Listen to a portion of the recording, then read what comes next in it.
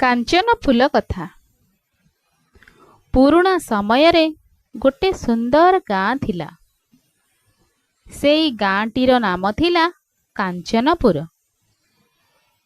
ଗାଁଟି ଚାରିପାଶେ ଜଙ୍ଗଲ, ନଦୀ ଓ ରହିତ କ୍ଷେତରେ ଭରିଥିଲା। ସେଠାରେ ଗୋଟେ ଗରିବ ବୃଦ୍ଧ ଦମ୍ପତି ରହୁଥିଲେ। ତାଙ୍କ ନାମ ଥିଲା ଧନୁଆ ଓ ତାଙ୍କ ଜୀବନ ସଙ୍ଗିନୀ ହେଲେ ହୀରାମଣି। ସେମାନେ ବହୁତ ଗରିବ ଥିଲେ, କିନ୍ତୁ ମନରୁ ବହୁତ ଭଲ।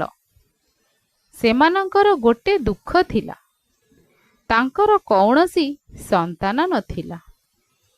ପ୍ରତିଦିନ ସେମାନେ ଭଗବାନଙ୍କୁ ପ୍ରାର୍ଥନା କରୁଥିଲେ, ହେ ଭଗବାନ, ଆମକୁ ଗୋଟେ ସନ୍ତାନ ଦିଅ, ଆମେ ତାକୁ ଭଲ ଭାବେ ପାଳିବୁ। ଏକ ଦିନ ହୀରାମଣି ଜଙ୍ଗଲକୁ କାଠ ଆଣିବାକୁ ଗଲେ। ସେଠାରେ ସେ ଗୋଟେ ଅଜଣା ଗଛ ଦେଖିଲେ। ଗଛଟି ସମସ୍ତ ଫୁଲରେ ଭରିଥିଲା ଏବଂ ସେଇ ଫୁଲଗୁଡ଼ିକ ସୁନାର ଭଳି ଚମକୁଥିଲା। ହୀରାମଣି ଆଶ୍ଚର୍ଯ୍ୟ ହୋଇ କହିଲେ, ଆହା, ଏତେ ସୁନ୍ଦର ଫୁଲ ମୁଁ କେବେ ଦେଖିନଥିଲି। ସେ ଗଛରୁ ଗୋଟେ ଫୁଲ ତୋଳି ଘରକୁ ଆଣିଲେ। ଘରକୁ ଆସିବା ସହିତ ଘରଟା ଆଲୋକିତ ହୋଇଗଲା।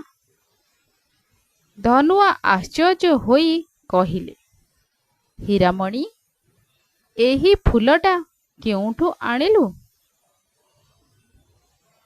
ସେ କହିଲେ, ଜଙ୍ଗଲରେ ଗୋଟେ ଅଦ୍ଭୁତ ଗଛ ଅଛି, ସେଠାରୁ ଆଣିଛି। ସେଇ ରାତିରେ ଅଦ୍ଭୁତ ଘଟଣା ଘଟିଲା। ସେମାନେ ଶୋଇଥିବା ବେଳେ ଫୁଲଟି ଚମକି ଉଠିଲା ଏବଂ ତାର ଭିତରୁ ଗୋଟେ ଛୋଟ ଝିଅ ବାହାରିଲା। ଝିଅଟି ଦେଖିବାକୁ ଦେବୀ ଭଳି ସୁନ୍ଦର।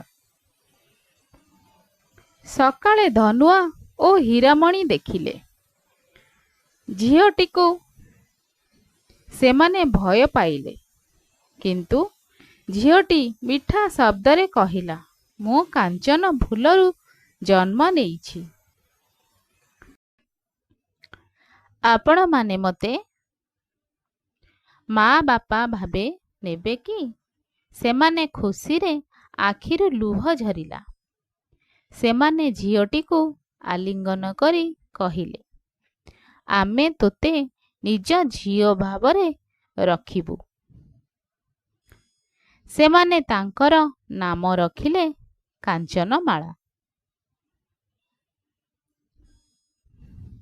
କାଞ୍ଚନମାଳା ଦିନକୁ ଦିନ ବଡ଼ ହେଉଥିଲା। ସେ ବହୁତ ଦୟାଳୁ ଓ ଜ୍ଞାନୀ ଥିଲା। ଗାଁର ସମସ୍ତେ ତାକୁ ଭଲ ପାଉଥିଲେ। ସେ ଯେଉଁଠି ଯାଉଥିଲା ସେଠି ଫୁଲ ଫୁଟୁଥିଲା।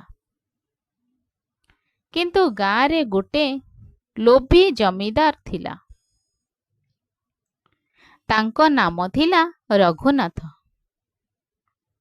ସେ କାଞ୍ଚନମାଳାର ଅଦ୍ଭୁତ ଶକ୍ତି ବିଷୟରେ ଶୁଣିଲେ।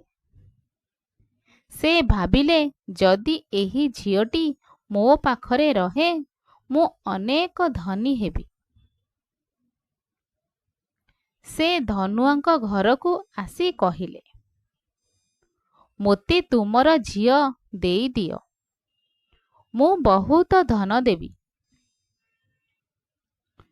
ଧନୁଆ କ୍ରୋଧରେ କହିଲେ, ଆମ ଝିଅ କୌଣସି ବିକ୍ରିର ବସ୍ତୁ ନୁହେଁ। ରଘୁନାଥ ରାଗିଗଲେ। ସେ ଚୁପଚାପ ଯୋଜନା କଲେ କାଞ୍ଚନମାଳାକୁ ଚୋରି କରିବାକୁ। ଗୋଟେ ରାତିରେ ସେ ତାଙ୍କ ଲୋକମାନେ ସହିତ ଆସି କାଞ୍ଚନମାଳାକୁ ନେଇଗଲେ।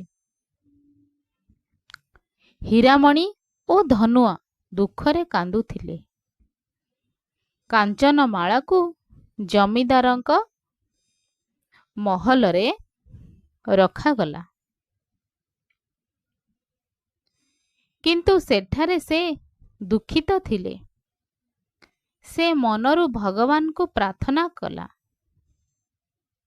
ମୋତେ ମୋ ମା ବାପାଙ୍କ ପାଖକୁ ଫେରାଇ ଦିଅ। ସେହି ସମୟରେ ତାଙ୍କ ଶରୀରରୁ ଆଲୋକ ନିଷ୍କାସିତ ହେଲା ଏବଂ ସମସ୍ତ ମହଲ ଫୁଲରେ ଭରିଗଲା। ଜମିଦାର ଭୟ ପାଇଲେ। କାଞ୍ଚନମାଳା କହିଲା, ଲୋଭ କରିବା ଖରାପ।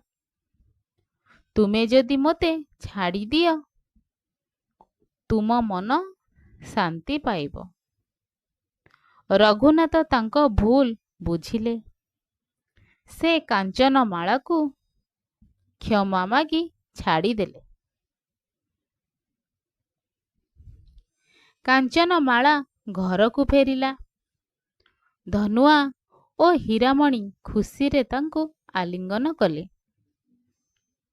ସେହି ଦିନରୁ ଗାଁଟି ଅଧିକ ସୁନ୍ଦର ହେଲା।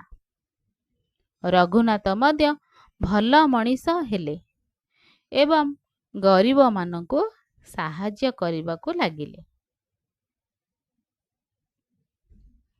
କାଞ୍ଚନମାଳା ତାଙ୍କ ମା ବାପା ସହିତ ସୁଖରେ ବଞ୍ଚିଲେ ଏବଂ ସେହି କାଞ୍ଚନ ଫୁଲ ଗଛଟି ଆଜି ବି ଗାଁରେ ରହିଛି,